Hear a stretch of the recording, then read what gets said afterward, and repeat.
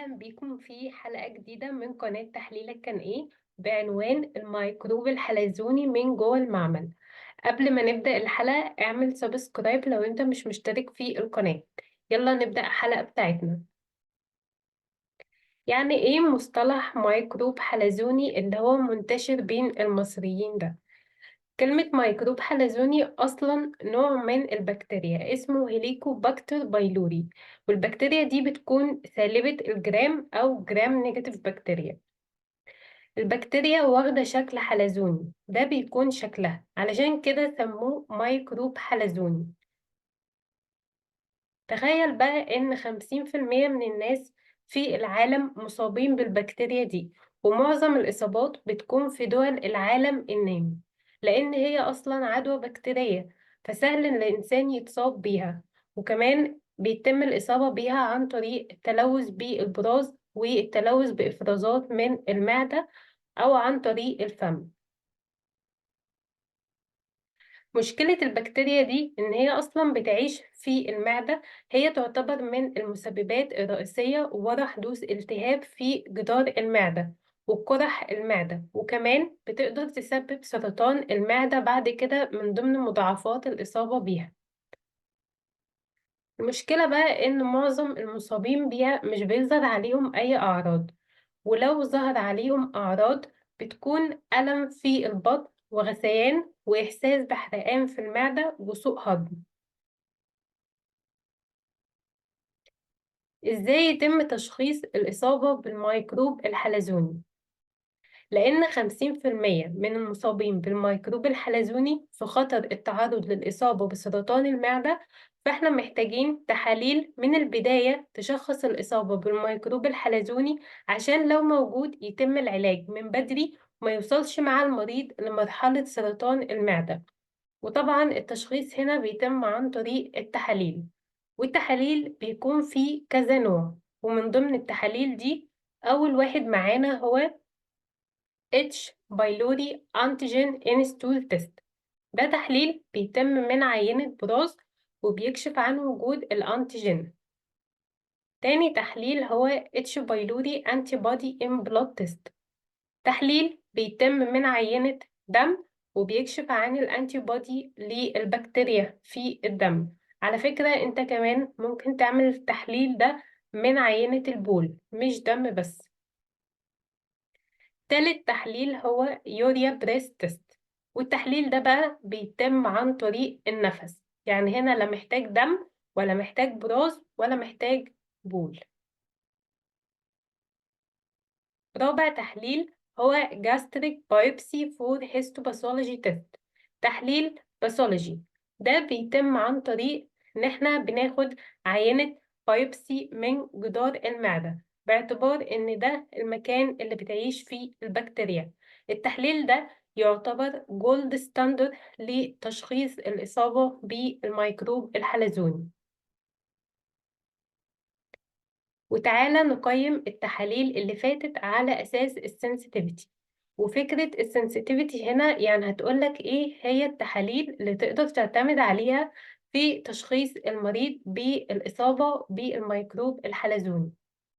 أول تحليل هو ال H. بايلوري أنتيجين إنستول تيست.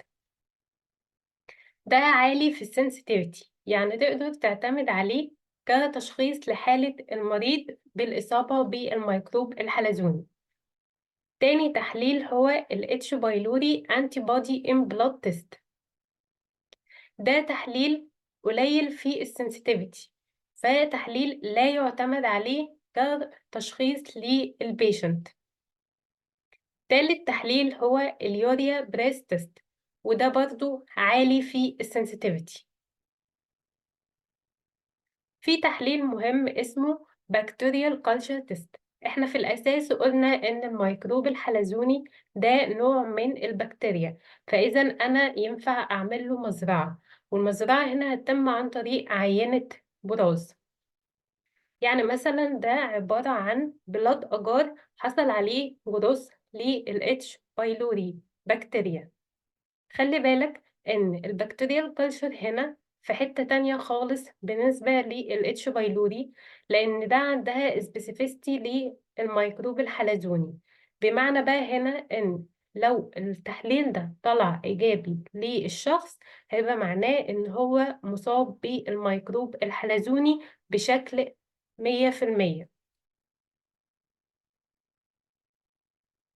H. pylori antigen in stool test. التحليل ده منتشر في المعامل، وكمان منتشر في العيادات من ناحية إن الأطباء بيطلبوه. ده لأن هو سهل تجيب العينة بتاعته اللي هي عينة براز، وكمان تحليل سعره رخيص، وسهل العينة تروح للمعمل، وكمان لو المعمل مش متاح عنده الإمكانيات بتاعته يقدر يودي العينة لمعمل تاني. وكمان التحليل ده إمكانياته متوفرة من حيث الكيماويات والطرق المستخدمة. الباحثين أو العلماء اللي بيحطوا لك طرق التحليل حطوا طريقتين للتحليل ده منتشرين في المعمل. أكيد لو أنت بتحلله في المعمل أنت بتستخدم طريقة منهم. أول طريقة اسمها اتش بايلوري شيك أساي، اللي هي انزيم اميونو أساي. دي السنسيتيفيتي بتاعتها 91%. تاني طريقة اتش بايلوري كويك شيك، اللي هي الكارت، ودي السنسيتيفيتي بتاعته 92%. طيب التحليل ده مبني فكرته على تفاعل بيحصل بين الانتي بودي اللي ده بيكون فيه الكيماويات اللي احنا اصلا بتكون معانا في المعمل، والانتيجين اللي هو المفروض في عينة البراز بتاعة البيشنت لو كان مصاب، وبيحصل بينهم تفاعل فبيتكون انتي بودي انتيجين كومبلكس.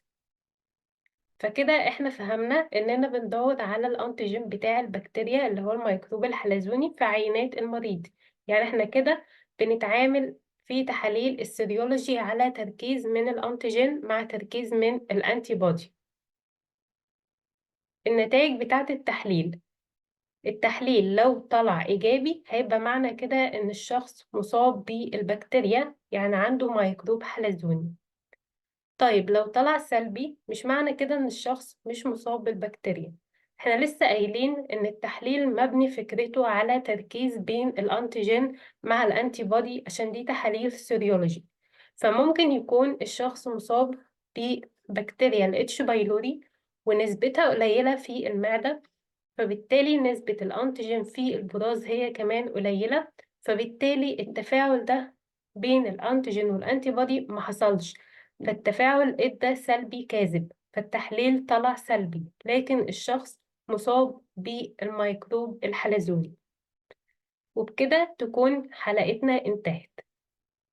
لو مش متابعنا هتلاقينا على الفيسبوك باسم يور ميديكال تيست، وعلى انستجرام باسم يور ميديكال تيست، وعلى اليوتيوب طبعا باسم يور ميديكال تيست.